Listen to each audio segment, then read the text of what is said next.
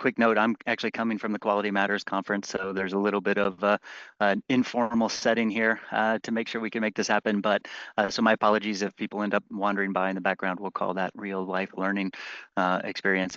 Yeah, so I'm going to lead in a little bit with some introduction and some definitions. But before we do that, I just want to introduce myself and let Allison introduce herself. So I am one of the owners of Harmonized Learning, and I spend a lot of time out talking about pedagogy and RSI and AI and strategies to do this and to work with it both for and combating and all these different things. And I'm constantly learning.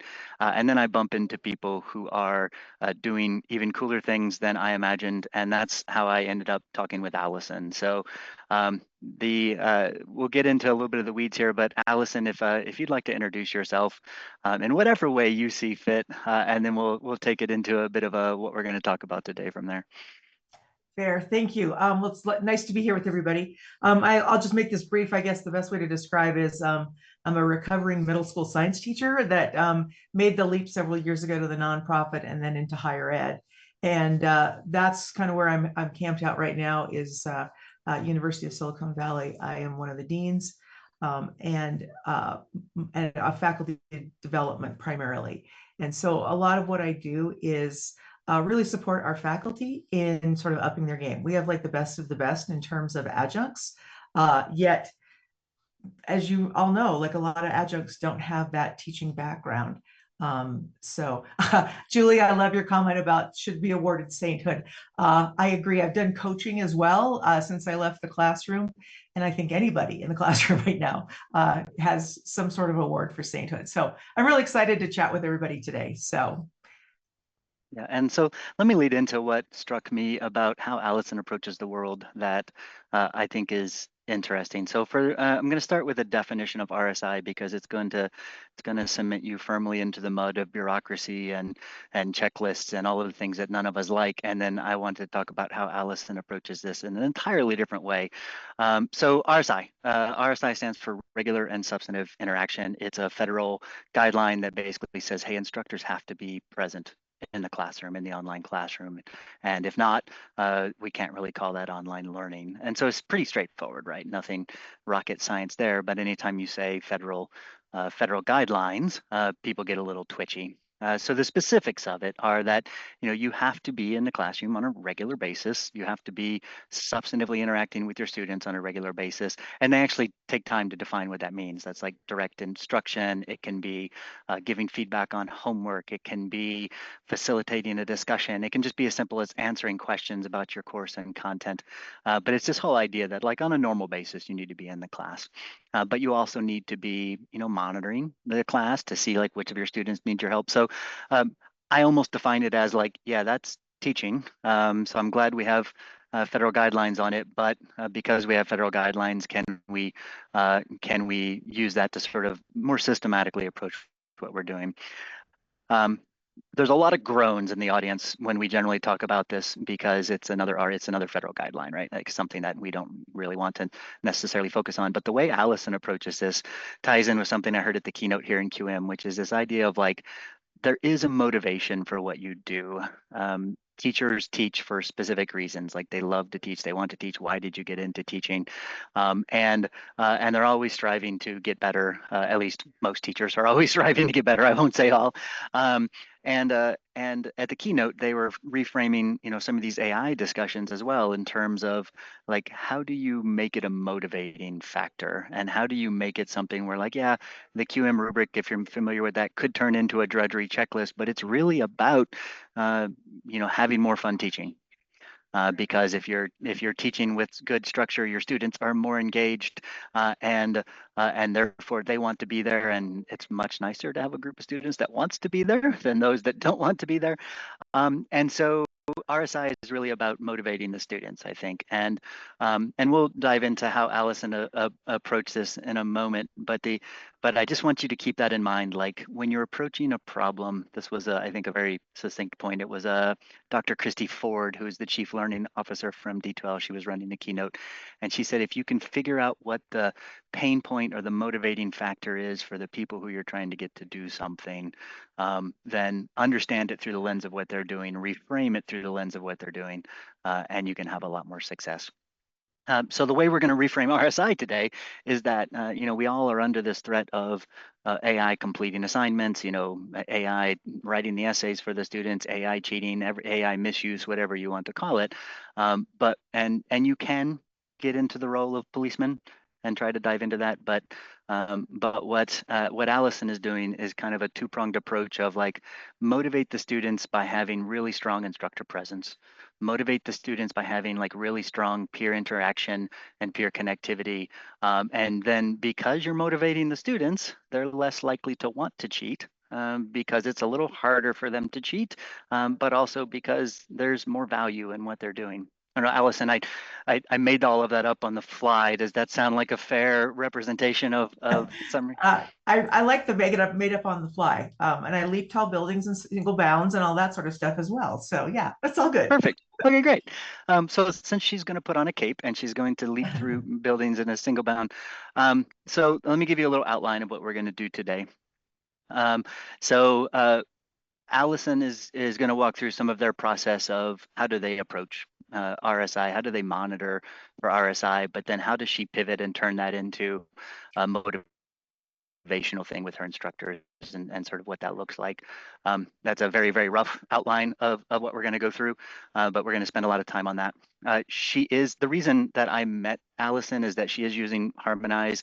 I'm not going to try to do a sales pitch for Harmonize today if some people are nervous about that since I'm the owner of the company. I will hang out if there's a few minutes at the end and I'll show you kind of some of the peer review tools she's using if there's time. But this is going to be more about her approach, her pedagogy, how she's doing these things in the classroom and such. And without further ado, I think I would turn it over to you. Do you need any more lead in from that, Allison, in terms of I don't think so. I think if anything, just probe some questions or look for some questions in the chat as we go along here too. All right, I will be in the chat because there are a fair number of people. There's 200 and plus people in here. That's So awesome. yeah, logistics wise, throw your questions in the chat. I have David in the room as well. He has a resource or two from Allison that he's going to share in the chat when the time comes. He'll be helping me monitor the chat. I'll monitor the chat. And I'm innately a curious person, so Allison is going to bring something up that will inevitably trigger a question for myself as well. And so I will approach it with those. And so without further ado, Allison. Great, thanks, Marcus. I appreciate that. So to give you a little bit of a background, I joined USV about a year and a half ago. The provost, I'd worked with her before. She brought me in because we have a really amazing set of adjunct faculty, but things were just really messy, very loose, not really consistent. And there was feedback from students that said the same. So one of the first things I did is just looked at everything. And I talked to a lot of faculty. And I think one thing I saw, I'm a TikTok junkie, by the way. So this week it was actually kind of serendipitous. I was watching a TikTok video of a guy who was teaching somewhere in an East Coast school. And his comment was, it was his first time being an adjunct somewhere. And he goes, does anybody ever give you feedback? Like, it's the weirdest thing. Nobody ever gives me feedback. I feel like I go, I teach, I walk away, and nobody gives me feedback. And so that's sort of the approach that I took about things, is that we have to do this RSI. And we look at RSI very much like Marcus says, but we do it also with a layer of retention in terms of trying to support students. And this has evolved over the last year and a half as well. Where we first started was just looking at grades. We had a lot of faculty who were on it, and they were getting their grades done and, so forth like that. And then we had faculty who were like, once or twice a quarter they'd grade. And that was good enough. Well, what we tried to do is that I went in and again, it was like no judgment. I just wanted to see what was happening. And what we saw was there was not a lot of feedback in terms of what students were submitting. There were very few rubrics to be had. And so that's sort of where we started. And so I did some lunch and learns. I brought some faculty who were doing in some really good things to do some lunch and learns, share how they were like grading and how they were giving feedback. And some of them were doing some amazing things. So like some classes, they have students share their, we're a creative arts school. So it's like digital animation, gaming design, gaming art, gaming engineering, and audio tech. And so students would be producing things, and during the class, the instructors would be giving them feedback. And so that feedback was then shared within the whole class. So everybody was sort of seeing what everybody else was doing. But we wanted to sort of more formalize that process a little bit, if you will. And so we started with the grading. And so one of the things that we did was just said, hey, everybody has to have a rubric. It's part of RSI. I created and developed a lot of rubrics that we shared. But what I found is that when I got into courses that I was just looking for grades and feedback, I gave faculty individual feedback. So we have about 65 faculty at any given term, and they get it. They refer to as the love note for me. And I say, here's what I think you're doing really, really well. And would you like to share this with your colleagues at a Lunch and Learn? And here's some areas for growth. And at first I thought, well, we might get some pushback on that. And we didn't. And it was amazing. Most of the faculty said, thank you. No one's ever given me any feedback. And so this first part, we just focused on the rubrics and the grading.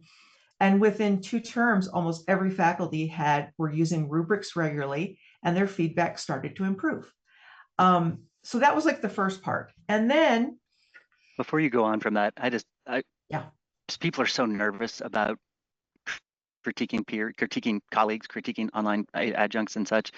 Like, was there anything in particular you did, like when you went into these things of like positive mindset, like I'm only going to offer one compliment and one critique and followed by a compliment sandwich? Or was there anything you did to approach it, or you just went in as a nice person, assuming the best and it all went well?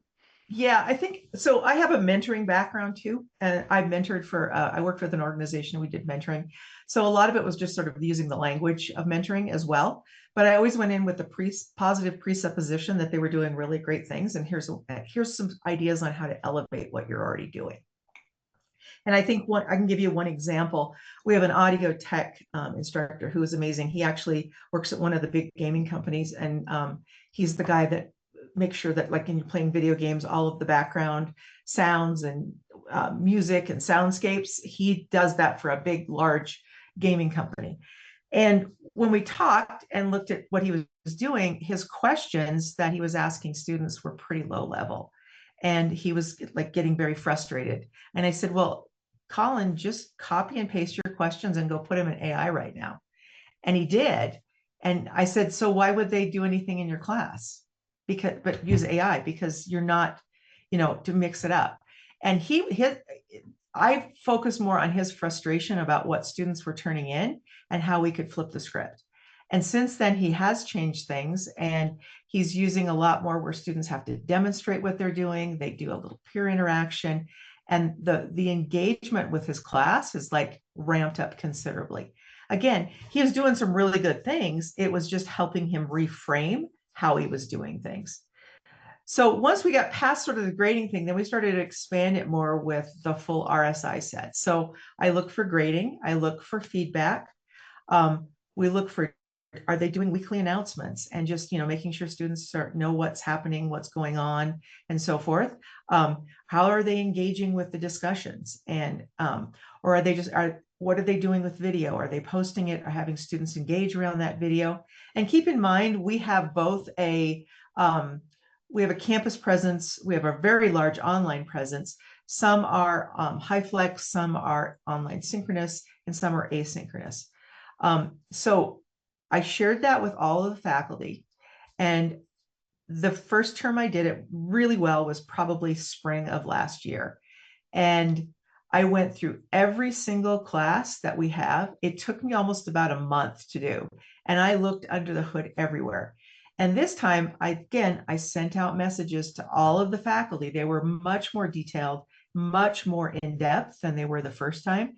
And again, the feedback was overwhelmingly positive. Most feedback were scheduling. A lot of the faculty right out of the way started scheduling time with me, like, how do I do this better? And I think just starting with a lot of what they were doing well and the places where there was a room for improvement, I always tried to find some things that they were doing well in that, but here's how you might want to do it a little bit better. And I got to be honest with you, like, I was like really blown away, because we have a lot of faculty who are the big dogs in the gaming industry or the audio tech industry. And for me, this person who works remotely from Montana coming in and saying, hey, this is how you should do things. I thought I'd get a lot more pushback than I did, and I didn't. It was absolutely amazing how faculty just embraced that. Um, so I didn't do everything at once. We just sort of like started to kind of work little pieces, and I just kind of met people where they were. When I saw faculty doing really, really good things or really great things, I'd invite them to do lunch and learns, and they have. For one thing, for example, we have a faculty who has we have a lot of neurodiverse students, and she was doing some really cool things in her class to help support students with ADHD, autism, and some other things. She did a lunch and learn. We had about half the faculty show up. And it was simply because I was in her class and I saw what was going on. And faculty now they like to be recognized for this. And I think it's just sort of opened the door for a lot of better dialogue, even between faculty. I Marcus, love I the see poke. you priming for a Yeah, question yeah, there. no, I'm coming off mute. I'm coming at you.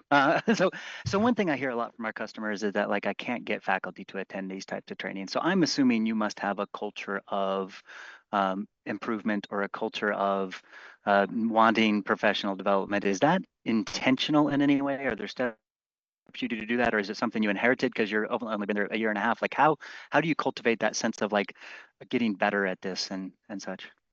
It's been a bit of a chore. It was not really built into the DNA. My boss, who's the provost, is very much, we're lifelong learners, and I mean she teaches 1 to 2 classes as well, and she is very open when she gets feedback from me, like that everybody's very transparent about that. It did start slow. It was not something that happened overnight. We do have in our faculty handbook that faculty are expected to have so much professional development each year. USV will provide it. If they want to go somewhere, we have some opportunities for faculty to get like conference fees paid for and so forth. Or they can go out on their own. And so a lot of what we were doing is what I would hear from faculty when I would meet with them one-on-one. Oh, it would be really great if we had this. And so I would find somebody on our faculty who was doing that. And that's how we'd start a lunch and learn. And I found it much better faculty learning from each other than from me. One-on-one with me, they're great. But there's a sort of a camaraderie with, I would say, with our adjunct faculty that, we're adjuncts and we're not full-time like you. So we're going to listen to the adjuncts. It's just like, K-12 PD, like if you bring somebody from the neighboring school over, they speak much more wisdom than you do, who's probably been doing it for a million years. So that's really kind of how we started, and it's been growing. We're actually doing a series right now on AI and how do you embed AI in your course. And we've had probably at least 25 to 30 faculty showing up. And I always post the recordings, and it's blowing me away how many people are watching the recordings. So it's like you got to find, if you hit the right nerve on what it is, and that seems to be just spinning things up and making things better. So And do you feel like the things that the instructors were asking for were specific pain points? They're like, I'm frustrated with XYZ, therefore that's why it works because you're addressing their pain. yeah, I think I don't think it's unique to our school. We have a lot of gamers, and everybody has a perception of what gamers are like, and it's not all wrong, and they'll admit it. And so we were having trouble, like students would like just consistently late work, or they weren't really engaged with the things that we were doing, or you know, just that was what I kept hearing from faculty. So one of the things I started with the gen ed faculty because I'm responsible for them as well. So we sort of flipped the script a little bit. So we in our gen ed we have math, English, speech, the usual. And so what I asked our and psychology is what I asked all of those instructors tailor their course to students who are gaming students, animators, or audio tech. So for example, in our English 101, it's all based on a lot of TED Talks around people who are doing some really innovative work in gaming or animation. And students write their like persuasive essays or argumentative essays based on things that are interesting to them because it is their area of study. I teach physics, and so I have flipped the script on my physics class, so I teach it for gaming students. So, for example, we did like Newton's law a couple weeks ago. So students had to come up with either finding video games or creating a short clip of a video game that illustrated Newton's laws. For my audio students, their option was to create a soundscape that demonstrated Newton's laws. And same thing with my animating students, create an animation that shows Newton's laws. So I'm putting it in the context of what their area of study is. My engagement is through the roof. I've never had such great engagement and frankly, great grades in my physics class until we flipped the script. We flipped the script. I'm guessing it's a lot more fun to grade as well. Yes, it is. I'm learning so much. Like I know nothing about like how to create things in like Godot or Unreal Engine. And I tell students that I'm very transparent. I just say, I don't know anything about this. And so now this week's assignment is they have to teach me how to create. I'm trying to remember what we're doing this week. I did put it together. It's been a long weekend, but whatever the topic is this week, the students have to show me how to create a game sequence demonstrating that module. If I can build the game using Godot or Unreal Engine, they've met the mark. So they're loving it because they get to teach me how to do it, but I'm loving it because they're showing me the physics. So it's a nice back and forth, if you will. So you're doing authentic assessment of tying it to their real lives, their real world, and that increases motivation. So I'm going to tie us back to the subject real quick here. We're talking about AI misuse and how RSI can combat that. So, there's three different things that happened in the past 2 minutes here. One is that instructor motivation, right? Like there's research that shows if the instructor is enthusiastic and is in there and is motivating and is interacting with the students, that cuts cheating. There's no research directly on AI cheating, but just cheating in general. Like the instructor motivation helps that. So that's one check down. Authentic assessment, we just did a webinar last week about how authentic assessment makes it harder to do AI, but also you don't really want to do AI as much because now suddenly you've somehow made physics relevant to my life, which when I was in physics, that was not the case.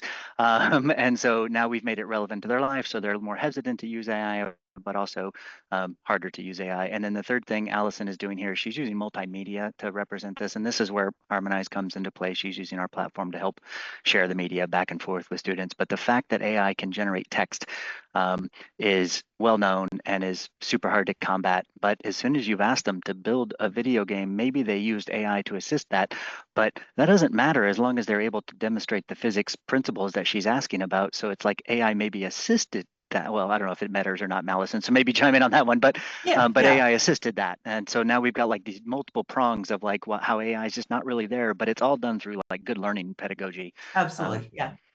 So the last speaker said, teach students how to use AI. And I will say, like in our English class, one way that she's been doing it is she says, all right, write your resume and your cover letter using AI. And the students, then she deconstructs it with the students. And like all of a sudden they realize how cheesy their cover letters all sound the same when they've used AI. And then they realize like how AI could help them make a better resume. But if they just use AI to create the resume, it's not so great.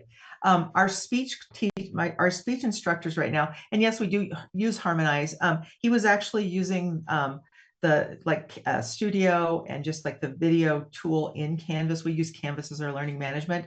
He was doing that prior to that, so you can do it either way. But he has no written anything in his speech class. So every week he does the video prompt for the discussion for the week. He makes a video and they have to respond to that prompt via video, and they respond to each other. So all the students are doing is everything is on video.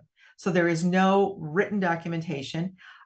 There is sometimes he has to limit the videos because he said I could be watching videos till I'm 90. But a part of it is a speech class. So he's trying to teach them how to be a little bit more, sharper, pithy in their comments. But yes, it's amazing how much that has improved. Because I used to get texts from all the times like, oh my God, all they did is use AI. They don't even know what they're demonstrating in their thing. They just AI'd it and they're just trying to read off the script. Now, even if they're still doing video and they have to sort of ad lib what they're doing. And so it's more of an authentic assessment from that. I met with one of our art teachers last week, and again, where there's they share each other's work and give feedback. And I showed her how to just have use Harmonize basically, or a video component to provide feedback to each other using video. And she goes, oh, I might wait for another week or two. I noticed in her course this week, she's actually already implemented and students are responding that way. So it just using the video component or sharing student work and having them critique each other has really dropped off our AI use in terms of using it for good versus evil. So a question came for you in the chat from Dr. Ramat, which says students can use Replit or AI agents to create science simulations. Do you check if students are using AI agents? And I guess I would follow up to that also. Do you care? So we tried to care, and now I don't. So, and what I mean by that is probably our spring term, like the noise basically from the faculty. Oh my God, the AI use is just terrible. So we did everything from, we piloted a number of like AI detection tools. We gave faculty access some different detection tools. We were running them through all sorts of things. And what we were finding is that we were spending so much time to catch students in the act. We sort of flipped the script and said, hey, if you're using an AI agent, cool, because you're going to have to use it probably in trying to change the behavior of students on how they're using AI. And if frankly, if they want to use, they create a science simulation, but as long as they're explaining the physics, I'm fine with that because I feel like they've got another skill by learning how to create an agent to do that. Because if you've ever created an agent, we actually had a lunch and learn last week about how to create an agent. That is not an insignificant task, to be honest with you. And so frankly, if they want to go for it, I say go for it, because I feel like that's teaching them way more skills than maybe I'm teaching them with physics. So I'm all on board with that. Yeah, I can second that. Like you spend a lot of frustration time trying to get the agent to do what you actually want it to do, and you're having to explain to it what you're trying to achieve. And by the time you've explained to it what you're trying to achieve, you've now explained the lesson that you were trying to do. Yeah. And so you almost backed him into it where you're like, great, how'd that go Yeah. for you? Still learned it, didn't you? Yeah. Type thing. Yeah. Well, and like, just, and the other thing too is like, like Shane, our speech teacher, he's doing everything video. I always give my students options, and I know a lot of other faculty do. I'm just sort of talking about what I know, but they can provide feedback versus video, audio, or written. And again, Harmonize allows for that. Canvas allows for it as well. Harmonize is just a little bit easier. I am finding now that more of my students are doing video or audio feedback to each other just because it's faster and more convenient, I think. Oh, that brings up something you had mentioned earlier where you were actually teaching your instructors to use a Yeah. Whisper AI. Is that what it was? Yeah. So I'm really slow typing and I love to give students feedback, but then I get frustrated because it's like I have so many students trying to give feedback. And what I'm using is I use AI now with a speech to text tool. And the one I'm using, I think it's Whisper AI. And the more I've used it, it picks up on my cadence and how I like to phrase things and so forth like that. And so when I'm looking at student work, I just literally push a button and I just talk and they get written feedback. And so I can either do it in, I think the Whisper, David, I think it's WISPR is the one. That one might work. I've tried a number of them. Some are better than others, but like in Canvas, as long as there's a text box, I can just push the button and I can talk and it transcribes everything that I'm saying. So my feedback went for like 2 sentences to now students are getting like huge amounts of feedback from me. And I even like now, because I never used to do all the feedback in the individual rubric pieces, I used to reference it, but now I can just push the button on each of the text box, so much faster, so much more efficient. Oh, Sorry about that, David. I had grabbed oh the no. the wrong link and then gave it to David and to prep and then totally. But I think that And the other thing too about that is like I've been sharing that with faculty and I shared it with my students too. It's like some of you don't like to type and you might find this a better way to like respond. And like if you want to use this for a writing tool, go ahead and write it. But then, it's still their words. And I said, then, go back and edit and whatever. So I'm finding a lot of students are using those kind of tools now too. So again, it's sort of changing the behavior to use AI for good versus evil, rather than trying to do the battle of AI, because you're going to lose that battle, I think, in my opinion, almost every time. So Yeah.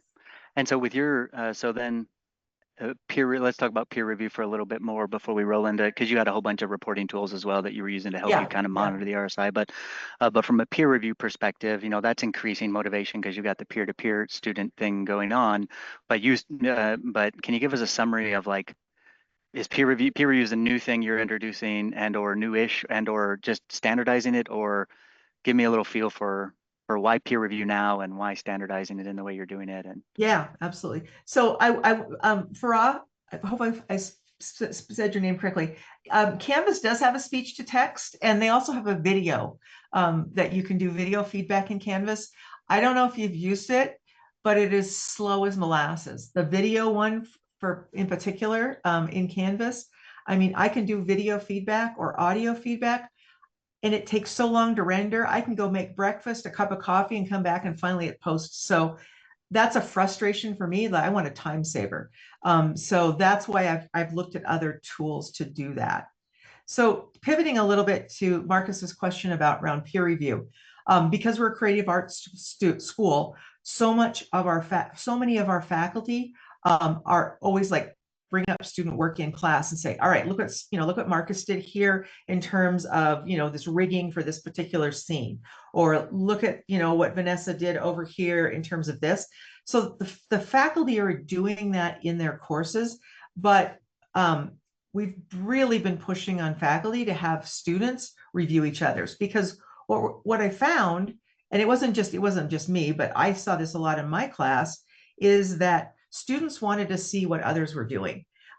So like, for example, they have to create something. I give them some choice in my class to demonstrate like the first 5 concepts that we've done in physics. And the first thing they said to me is like, when you get done grading them, can you share them in Canvas so we can see what each other's were doing? And it's like, well, why don't you just see what each other are doing from the front end, and you do the work and peer review each other's. And so that's kind of the approach I took it, and a lot of our other faculty like that to critique each other's. And I would probably bet that students are learning much more from each other than, at least in my class, I can probably say that for a fact, that they are learning more from each other than they are with me. So like my weekly discussion is usually, share a video clip, audio clip, digital animation that's illustrating the concept, explain what's happening, how you would design that.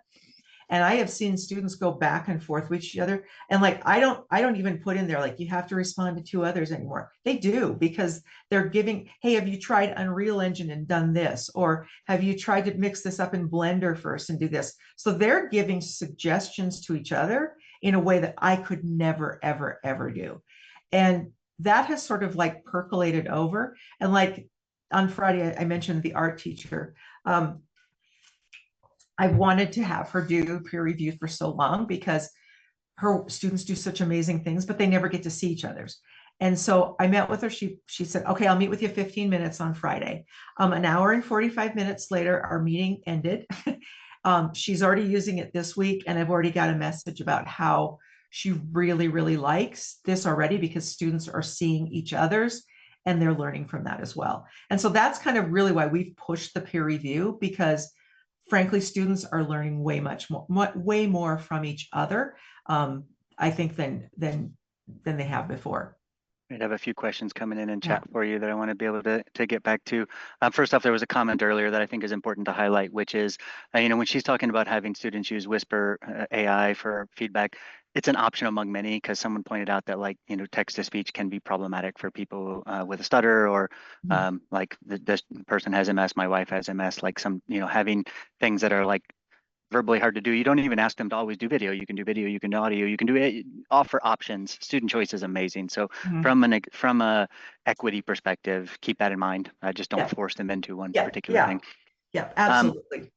There was a question about, I'll start with a question about peer review, and then I'm going to come back to one from a little bit earlier. Katie's wondering if you're using rubric guidelines for students when they're giving feedback. Like, are you using our rubric model all the time, or some of the time, or how does that go? So what I did is, like, as I said, when I've done some of the stuff before, I looked at what was happening in terms of peer review and across the board in all our courses. And it was pretty generic, give feedback to somebody else, and that was all there was. But it wasn't giving students any guidelines. So when we started using the harmonized peer review, harmonized bakes in some really nice structures about how to give peer reviews to each other. And it ramped up it was just the structure. That was what was lacking for a lot of our peer reviews. You can now have students use a rubric for the peer review. I personally have not turned that on yet because I feel like they're doing so well right now with just the structure Yeah, and how don't mess to with give it. each other. I don't want to mess with it. I have shared, I know one of my speech instructors, and I think one of our audio instructors are using the rubric. They felt that students got a little bit too mechanical with using the rubric, and they were actually giving better feedback by just using, like, Harmonize has some really good, there, I don't want to, like, it's sort of generic instructions on how to do a peer review, but they work for any subject. And so students are just doing so much better with that I personally haven't turned the rubric, and I think a lot of people are just letting students use that guideline because they're really excited to give each other feedback. And you do have the option to anonymize the feedback or not. I don't, and I recommend all of our faculty not anonymize the feedback. And there was a couple of faculty like, oh, but I think students are, like, I said, just try it. If you don't like it, turn it on. We don't anonymize feedback because we're sort of simulating in a work environment. You're going to get feedback from a colleague, from a boss, and they're not going to stand behind the curtain and not tell you who they are. And so, but the guidelines that we have for the peer review they're very structured and they're very positive. You can't, like, drill somebody in and say, oh, that was just terrible and whatever. If you're going to say that wasn't great, then you better give an example of why it's not great and how they can improve. So again, the structure around it really sets it up for student success. Yep. You have some other questions coming in. Okay. Do you worry much about like deepfake videos and such? Because they're like all these things we're saying, they're AI resilient, they're not AI approved. People can always cheat.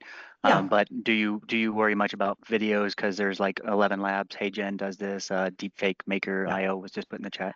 I don't. I mean, I guess I go back to my middle school days, and you know, there's you're gonna I always think about my fifth period after lunch. I had four boys, and they would work so hard to figure out another way to cheat or do it, and it's like, you're spending way more time doing that than if you just did the assignment.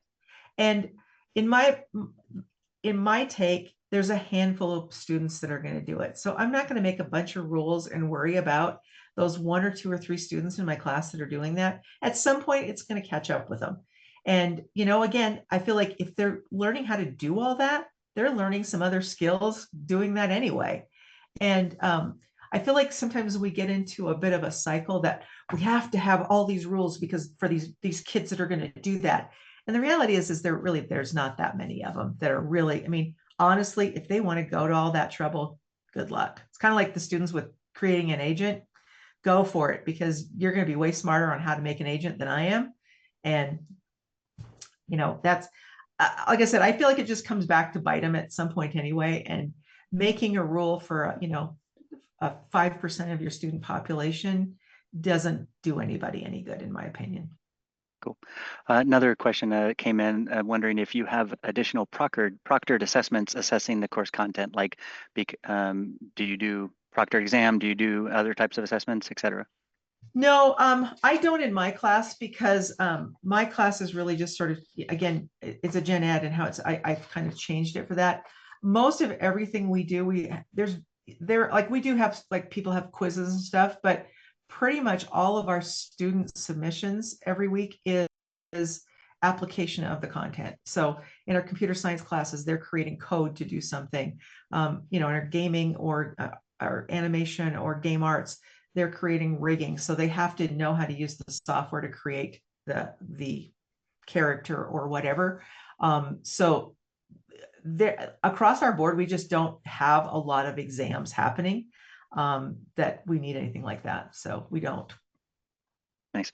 And And this isn't really a question, but Rebecca called out in the chat that how important it is to give and receive constructive feedback. It's like a life skill, and she's doing this with her grad students. And I'm guessing English, if I'm reading right, because they're submitting papers. But in whatever sense, an important skill. So it's like you're doubling down to these things that are good for RSI, good. Well, and I guess let's dwell on the peer review for RSI then. Like, what role do you take in the peer review? Because if the students are going gangbusters and learning, you're still technically on the hook for some substantive feedback for them. But if they're Mhm. doing an amazing job, you almost don't want to step in for fear that it quiets the room. Like, how do you deal with that? So I'll give you an example. I was trying to think what, so I should have just looked at my physics class, what we did 2 weeks ago. My audio students, they brought something up with how they could use it in like computer coding. I had never ever thought about how that was an application of this. And so my feedback to the student was more around like, wow, I was like totally blown away by what you chose as an example. And then I really focus more on the feedback that they're giving each other. In terms of my feedback, it's like, you were really positive. You pointed out 3 things, and so I'm trying to critique how they're giving feedback so they continue to give feedback better. Um, Honestly, most of the time, I would say not just in my class, but what I'm seeing in so many other classes about peer reviews, once the students get into a routine of doing them regularly, the feedback that they give each other is probably better than any feedback I could give them anyway. And Nice. so, and sometimes it's just my lack of understanding of the areas of study that, like I don't know really how to build anything in a game engine or things like that. But I'm learning. And that's one of the things too, is I always try to point out to students, like, I learned so much from your post because I didn't know you could do that. And so, I can give you an example, like even the last week we were talking about liquids. Um, if you're a gamer, look at fluids like oceans and water in games, and how they make that is really incredible. And there's a whole process that they really do apply the physics principles to, like, oceans in games. I had no idea. And so for me, like, I just always compliment my students, like, you've taught me something this week. I didn't know how that they did that. And I've looked at things differently because of that. And so a lot of my feedback is more just sort of acknowledging just the good work that they're doing, versus the back and forth. Because again, I feel like they're doing a better job of critiquing each other. Nice. All right, let's pivot around into tools then, because we're at about 45 minutes in, um, and uh, and you had some interesting uses, especially for I think the Canvas users. Like you're using a bunch of different tools to help you with the RSI side of Yeah, things. So maybe spend a little time on that for the. I sure. didn't ask what people were doing, but I'm guessing there's a lot of people who are in your boat of like, I'm supposed to monitor RSI how, Yeah. type of thing. So when I did RSI the first time, it was literally, I went into every single class. I read through announcements. I looked at their assignments that they were giving. What were the assignments like? Um, what type of feedback were they using? What were the rubrics? How were they engaging in the discussions? It took me the best part of 3, sometimes 4 weeks to do that. It was pretty tedious, but it wasn't tedious. It was just very time consuming, I would say, because you had to look under the hood. Um, so this summer, we upped our Canvas with something called Intelligence Insights. And it's an AI tool that overlays Canvas. And basically, Canvas touts that if there's any data in AI, you can pull it out of there. And they're not kidding. And so it took me about a week to figure out the right prompts. But like, I can write a prompt that says something like, from September 13th to October 1st, which courses had a weekly announcement, or something like that. And then I get a list of every course that has a weekly announcement. And so then it's like, oh, okay, or which courses don't have it. So then I know which ones are. I can check rubrics in each course. I can check faculty engagement in the course. All of the things that I was doing by manually, most of them now I can do through the use of AI and intelligent insights. The other thing that I use a lot for this is Harmonize has a dashboard that I can get to as the administrator that actually shows me how our faculty are engaging in discussions. And so I have like this like nice, it's, you know, like when you go get your car done and you get the red, green, yellow, you get kind of the red, green, yellow as well, a little bit in terms of how things, what faculty are doing and how they're engaging. So again, instead of going through every course to see if Marcus was really responding to the discussions with the students, I know what Marcus's engagement as an instructor is. So using those two tools has been a game changer. Intelligent Insights has also, we're checking retention. So I finally have a prompt written that like which courses have students that have less than 70%, have more than 2 missing assignments, or have consistent late work. And so I can just pull up a report now with just doing an AI prompt and hand that off to the advising team. So they have that to do it, but I can also then figure out which faculty have a lot of struggling learners and think about how I can support them with their struggling learners. It's been a game changer because again, figuring out the right prompt was part of it, but once I've done that, next month will be super easy when I do the next RSI check. Thanks. David put the link for that one out into the chat for those that have them or who want to take a look. If you're using Canvas, I don't know if there's an equivalent in other LMSs. It's not a very expensive tool. I mean, I'll be honest with you. I mean, basically, what it saved my time, it probably paid my salary. Like it was about half a month of my salary is what it cost for us. And I don't know if they change it on the size of your instance or anything like that. So I'm sure they do. I'm sure they do. But I can tell you that just like our advising team loves it because they can pull off reports every week about which students had missing work or late work for the week so that they know who to target for that week in terms of support. Yeah, it's been a game changer. Nice. So we got about 10 minutes left for Q&A. Definitely want to prioritize the questions. I will demo harmonized peer review just because I'd love people to see it. But I'm going to prioritize your questions. So get your questions into the chat and we will filter them out to Allison or myself if it's appropriate for me to answer them. And we will do those. While we're doing that, the big thing that that Harmonize, I think, brought to Allison, and Allison, you can confirm or deny this. I have no no issues with correcting me. Is this idea that like multimedia stuff is much easier to do? I think if I summed it up in one statement, it's like you're not in a text only world, so you're not as susceptible to AI, and we offer all kinds of tools just to make that easier on students and instructors, both in the upload, sharing, record a screen share, do a video, pause it and critique it at a certain timestamp, draw on an image, whatever it is, so that you're doing more what the internet looks like today versus text-only discussions and activities. Is that fair, Allison?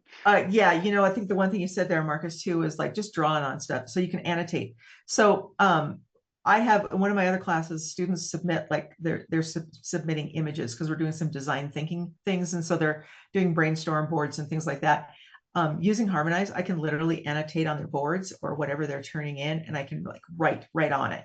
And I know you can with like, you know, if you can use like a little tool like on an iPad and things like that, but just the ease of use for multimedia is like from everything from video to audio to annotating. It happens so much faster in Harmonize than it does in Canvas. Canvas has some of this, but it's slow. Yeah.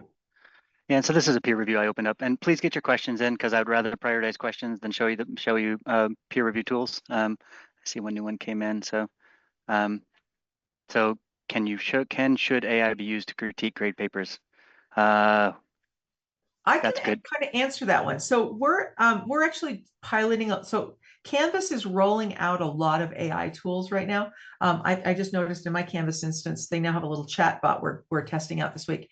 But we're testing out the new AI grading in Canvas that they're developing.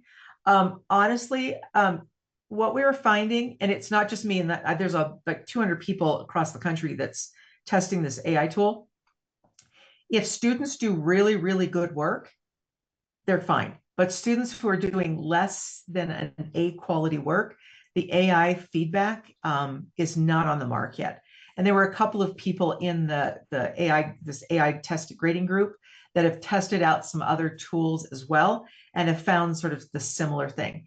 If good work gets great feedback using an AI grader, less than like top-notch work, the feedback is marginal at best. So Yeah, and I'll second this in that AI has its own biases built in. Like we in our tools, we have a ability to assess with a rubric, but we refuse to show the score to the instructor student. We only show generalities of, are you doing okay, medium, or great on this particular part of the rubric, because there's jitter and there's inaccuracies in there, and it can be as biased as a human. And so we'll show all of that to the student. We'll show it to the instructor without any of the grading component, but we still rely on the instructor to be able to actually do the grading because I mean, even though instructors, yes, have bias. We're at a point in this world where still human bias is better than AI bias in my book, because you can know your own biases, but you have no idea what the AI biases are. And I So it's will tell you that an the AI assistant. tool that we've tried, that was the one that Canvas is coming out, and I heard this from the other thing, I spent more time trying to fit the rubric so that the AI would grade it like I wanted. I could have probably graded it faster than building that rubric. So Yeah.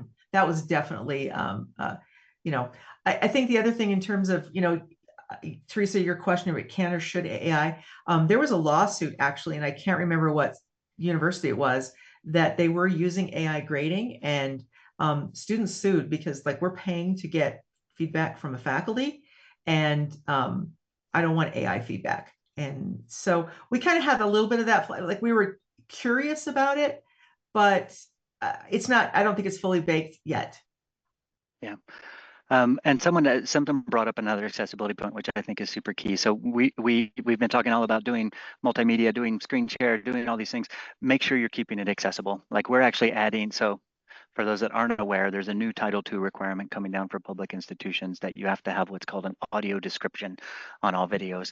And you're probably familiar with captions where it would tell you what I'm speaking and put it at the bottom of the screen. An audio description is tell you what I'm doing. So if you're blind, you wouldn't know that I'm kind of looking crazy right now unless someone said, no, man in a red and white shirt is waving his hands above his head. That's an audio description. We are doing that for videos in Harmonize starting this spring so that we can maintain that accessibility, and we're adding alt text for images. And so the whole thing is like your stuff needs to be screen reader friendly, but also if you're pushing into these multimedia realms, consider how to do that and how to keep it accessible, because it's complicated and it's getting more strict. Like you have to apply with the WCAG 21 AA guidelines, if you guys know what those are, come April if you're a public institution. So yeah, be very careful when you push into some of these realms. It came up earlier in the sort of the text, the speech to text realm, but also in terms of video. Like if you have a visually impaired student and you're doing a bunch of video, are you leaving them behind? So be cautious, and make sure there are tools out there, and not just ours, that will do audio descriptions for you, and so that you can keep that accessibility thing in mind. Marcus, one thing you did mention too, like, so when students submit, I tell them and I show them how to do it. Harmonize will get, we call it AI. I think it's called AI coaching. That it Yeah. sort of, again, it tells the students like, hey, based on the rubric, you might need to improve like this or whatever. And I can see if the students use that as well when I'm grading. I find my students are using it more and more now, and because I make sure that I look at that as I'm grading. So I say, hey, you know what? If you use the coach, the AI coach, you might have had a better score on this. So this way, I like using AI for students this way, because it's giving them a little place to make them at least reflect and think about what they're submitting. And back on the should you grade thing, like I have the rubric in front of me here, and this is what we show students, like little room for improvement, much room for improvement. And then we just reiterate what the rubric says. And there are some things that AI just does not do well. And so we will refuse to do those. And so you have to be careful, and you have to know what AI can and can't do, because it will give its old college try to assess a particular part of your assignment, and it will just flat out lie, honestly. And so you have to be careful with that perspective as well. And Teresa put a good point of, you can assume all students are equal. Keep UDL, which is Universal Design for Learning, if people are not familiar, when you're doing your course design, and academia or business. So it's important to offer all of these different modes of communication and such as well. So other questions for us? I think we regained some of your time. I will reiterate question came up around the digital accessibility thing I'm talking about. It's Title II, and I think someone actually put in a link for it into the chat as well, which is awesome. Come April of 2026, you have a lot more accessibility requirements than you had before, so you might want to pay attention to that if you're a public institution. If you're private, it's still Title III and it hasn't changed. So open question there whether it changes much for them, but public institutions, come April, it gets harder. So might check it out if you haven't yet. I think it's a good thing. Don't get me wrong. It's harder, but it's also really well-defined accessibility. Before April, it simply, I think it was called a equivalent or effective communication, and so it was kind of vague as to what that meant. Now it's like, here are the rules. Here's exactly what you need to do. Alt text for images, transcripts, audio descriptions for videos, all of these things. And so we're using AI to help with that just because it's this huge instructor workload. But there's a bunch of tools out there that do this as well that can help with it. Yuja is one. Ecolabs.ai is doing audio descriptions. There's a bunch of tools out there that can help. So check those out. So Marcus and Allison, would you like to end with something else? I should have done what David did because I'm not a great salesperson. David put out that we do free semester pilots if you want to try some of this stuff. No commitment type. You can unlimited for a year semester. We believe in the tools quite a bit, so you're welcome to try them out. He put a link out for that. So I'll take my sales hat off after that one. I'm not the sales guy I should be. And Allison, thank you so much for doing this with us and for sharing your thoughts. Yeah, I think I'd say two last things is that the free pilot worked well for us because then it worked better with our budget, so we were able to try it before we committed our budget to it. And I think my last thing would be, I think it's very similar to that last speaker. Teach student behavior to use AI for good versus evil. I think battle.